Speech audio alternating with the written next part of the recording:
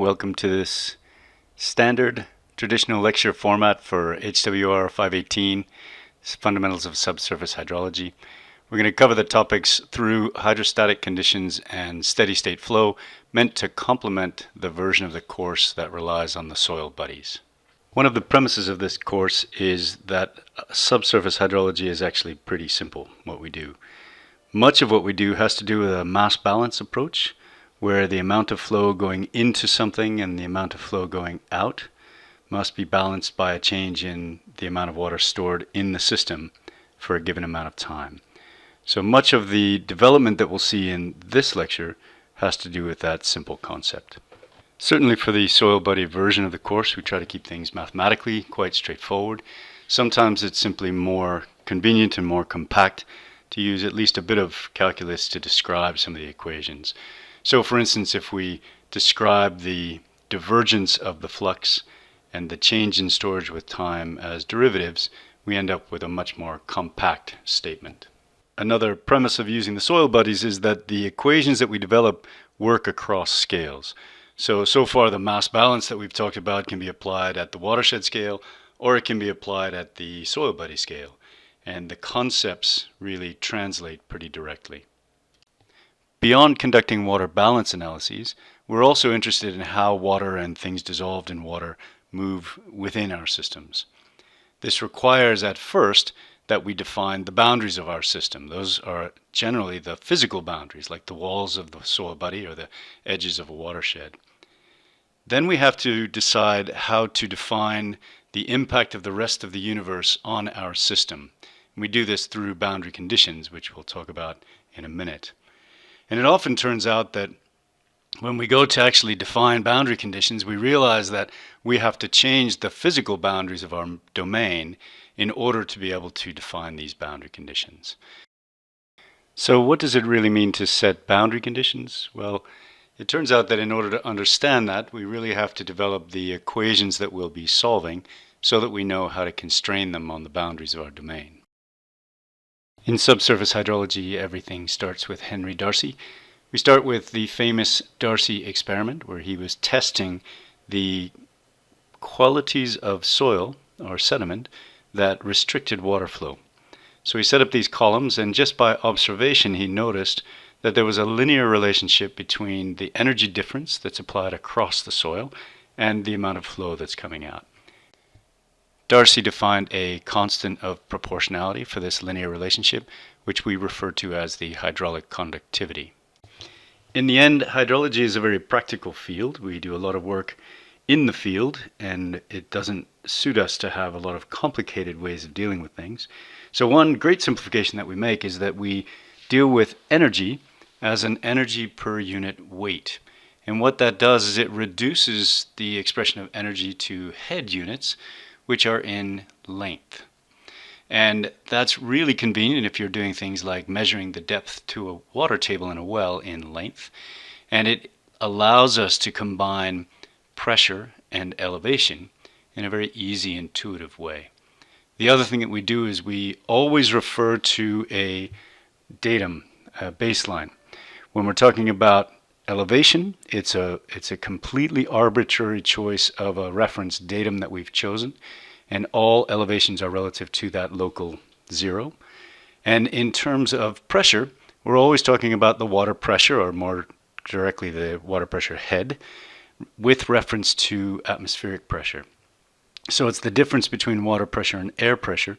So when we talk about zero pressure, of course, it's a gauge pressure. It's a difference from atmospheric pressure. Returning to Darcy's experiment, then we see that we have the flow on the left-hand side is proportional to the difference in hydraulic head, which is the sum of elevation head and pressure head, from the top to the bottom, divided by the length, which is the distance in the direction of flow, multiplied by the area that's perpendicular to the direction of flow. We also see that negative sign in there, and that's just because of the convention of the way that we describe gradients as the downhill head minus the uphill head. So flow will occur in the direction of a negative gradient according to that definition.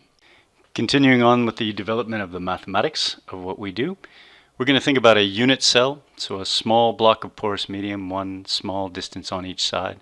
And we're going to think about that mass balance as the amount of flow that's going in minus the amount of flow that's going out being equal to this change in storage with time. Now typically, because of compressibility, we really think about mass balance and not volume balance. So the first thing that we're going to do is convert these volumetric flows into a mass flux, and we're going to do that by multiplying by the density. So now we have a true mass balance equation. We're going to think a bit more about this mass that we're conserving. It's really only the mass of the water, and within a porous medium that only exists in the pores, and we'll assume for now that they're fully saturated with water. So that really says that the mass of water is the volume multiplied by the porosity multiplied by the density. So that's the first change we're going to make, and then it's convenient to work on a per unit volume basis. So we're then going to divide by the volume, the total volume of that cell, and we get that this mass of water per unit volume is the porosity multiplied by the density. Finally, we're interested in how this mass stored changes with time. So we're going to take the derivative of that product of porosity and density with time, and we end up with these two terms. One that describes the change in porosity with time, and the other that describes the change in density with time. Moving right along, we're really interested in monitoring the energy status of the water. So we need some kind of constitutive relationship that describes how porosity changes as a function of, say, water pressure, something you may be familiar with from your soil buddies, and also how the density of the water itself changes as a function of its pressure. So we're going to introduce these two terms, a compressibility of the water and a compressibility of the medium, so that we can relate the storage change to the change in energy status. Once we've done that, we can substitute this in, and on the left-hand side we have the divergence of the flux multiplied by the density so that we have a mass balance, and on the right-hand side we have a change in storage, but it's also related to the energy status. So it's getting us towards that place where we have one unified equation that can describe both sides of the mass balance. Just a couple more steps, we're almost done. The next thing that we're going to do is substitute Darcy's equation in for the flux on the left-hand side, and we're then going to simplify that using a notation that allows us to show all directions is just a subscript. And then we're going to expand this a bit and replace the pressure head with hydraulic head on the right-hand side, so that we end up with the flow equation. And I'd really like you to be able to read through this equation, so essentially turn the math into English, and I would like you to memorize this form, this textual form of the flow equation. The divergence of the flux is equal to the change in storage with time. So now we're finally ready to go back and define the boundary conditions. After looking at the equations and developing them, we can see that we really have to define the boundary in terms of hydraulic head, capital H. We have two choices. We can define the value of the hydraulic head, or we can define the gradient in the hydraulic head perpendicular to the boundary. Every point on the boundary has to be defined for every time. And we're basically going to use one of these two types of boundary conditions, although the value of each can change in time, and in fact the location can change between a constant head or a fixed head or defined head and a defined flux. You'll also hear a defined head boundary called a type 1 Dirichlet boundary. That means that the primary variable being solved for, in our case hydraulic head, is being defined, or a type 2, a Neumann boundary, and that is describing the gradient in that primary variable perpendicular to the boundary. In reality, defining boundary conditions that really account for the influence of the rest of the universe can be a little bit tricky. We often have to rely on intuition, and we are usually using a boundary that is not quite perfect. That's the reason that we'll often have to go back and move the physical boundary of the domain until we find a place that we're comfortable actually defining the boundary conditions. Okay, enough of this abstract math stuff. Let's actually solve a couple of problems here to make sure that what we're talking about holds together in the context of the theory of subsurface hydrology, and it also relates then to what you've been doing with your soil buddies. So what we're going to do is we're going to start with considering a homogeneous column. It's under one-dimensional stress or one-dimensional flow, vertical. We have the length of the column, and the y-axis we're going to plot the elevation through the column. And on the x-axis we're going to plot the different head values. I've given you the datum elevation at the base of the column. The height of the column is 100 centimeters. We'll say the pressure head at the bottom of the column is 100 centimeters and the pressure head at the top is 0 centimeters. So this time we're just going to draw a straight line for the pressure, which gives us this straight vertical line for the hydraulic head distribution. Because we have no gradient in the hydraulic head, we know there's no flow, and this then defines a hydrostatic condition. This is what we often think of when we imagine ourselves sitting on the bottom of a pool, 6 feet under the water level and feeling 6 feet of water pressure above us. That strictly only holds when there is no flow, there is no gradient. Let's try another one. This time the real difference is that the pressure head at the top of the column is 10 centimeters instead of 0. This time we're actually going to draw the hydraulic head line first. We can determine the head, the total head at the top and bottom of the column, and we can draw a straight line if we assume that we are under steady state flow conditions in a homogeneous medium. Finally, we can determine the pressure head distribution as the difference between the hydraulic head and the elevation head at every elevation. What do you say? Let's do one last one. We'll make it a little bit more difficult. This time we're going to have a heterogeneous medium split in half vertically with a different hydraulic conductivity in the top half, lower K, and in the bottom half, a higher K. This time the pressure head at the top of the column is 50 centimeters and it's still 100 centimeters at the base. We start by drawing what the hydraulic head distribution would be if the column were homogeneous. This is just a good guideline to help you to make sense of your head distributions as you draw them later. Next, we need to figure out what the actual head gradients are in each of the columns such that it can be under steady state flow conditions. Now, steady state, if you'll remember from class, is when we have no change in storage. So the right-hand side of the flow equation is 0. It also means that the flow through any part of the system, this 1D system, is the same. So the first thing we're going to figure out is the flux through the system. We'll do that using the effective K, and then we'll figure out the gradient in each layer, and then we can plot those individual gradients. The steps then are to use the harmonic mean average because we have flow in series to find the K effective. We know that the Q through the system is this K effective multiplied by the overall gradient. Once we have the overall flux, or the flux in every part, we can find the gradient necessary to drive that flux in each of the layers. The next step is to connect the hydraulic head endpoints with those gradients. And once we have the hydraulic head, again, we can find the pressure head as the difference of the elevation from the total hydraulic head at every elevation. In this case, it's interesting to see that the direction of the pressure gradient changes from the top half to the bottom half of the column. Essentially what's happening is extra pressure, extra energy is being expended to drive the flow through that low K medium, and in the end there is less total head gradient available to drive that flow through the higher K lower layer.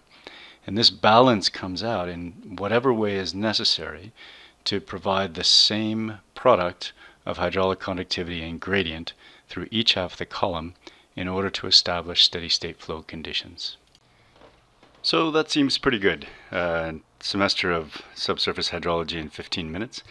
So what's left? What haven't we covered that's in the notes from this year and last? Well, flow nets. This is a flow net. That's pretty much all you have to know about it. But the next time you're asked to analyze flow beneath a dam, you will probably want to make a flow net. Now, there are some things that you can actually learn from looking at flow nets, and they do inform you as to how to look at model results a bit better. Those are, Equipotentials are most useful when they are equally spaced in head value. That way you can see where the gradient is highest. For instance, under the toe of this dam, or the footing that's going down into the ground, you can see those closely spaced head contours, which is telling you that there's a steep gradient there. Similarly, the flow lines in a quantitative flow net are spaced such that the flow between any two flow lines is the same.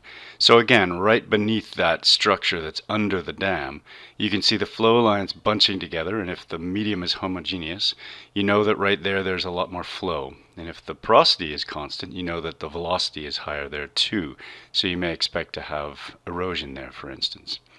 When you're constructing a flow line, the flow lines themselves are parallel to no flow boundaries, as they would be, and they're perpendicular to constant head boundaries because there's no flow along a constant head boundary. There's no gradient there.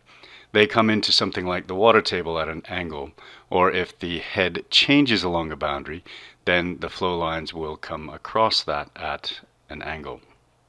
Equipotentials are perpendicular to the flow lines.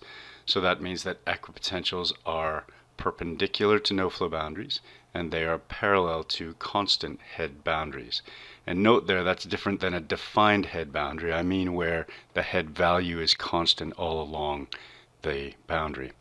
Now, when I say that this can help you to look at model results, it's pretty natural for a model that outputs head distribution everywhere to contour that with a usual, a constant interval. That's just the way we do things. But if you want to track how water moves through the system, it's also very usual to drop particles and watch those particles move. And these traces give you an idea of the direction that water's moving through the system.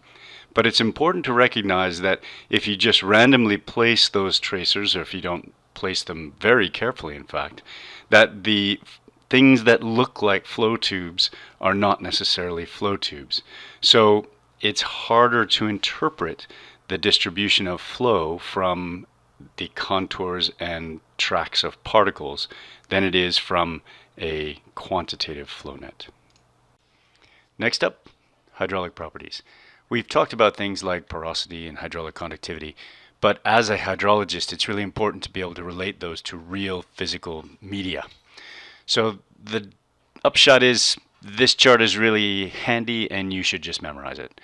I like centimeters per second for hydraulic conductivity because you can just remember these order of magnitude ranges for some typical materials, and you can usually place within one order of magnitude or so what a hydraulic conductivity should be. That's really, really useful to be able to do back of the envelope calculations. Again, you can use whatever length unit and whatever time unit you want, but I've found this to be the simplest to deal with. For those of you who like to question why, you can imagine that if you have particles of a certain size, the pores will be related to that size. So if we make the particles smaller, the pores will be smaller, and therefore it's harder for water to flow through that porous medium. Generally, the water is on average closer to a pore wall where it experiences friction the smaller the pore. So even though porosity doesn't vary with particle size, as long as the particle shapes are the same, the permeability really does. Beyond that, you have to think about the mixture of particle sizes. So if you have a mixture of large and small particles, you end up with even smaller pores, with the small particles filling in those spaces between the larger particles. So it gets difficult if you're thinking of something like a loam that's a mixture of particle sizes. It's hard to interpret what that conductivity might be.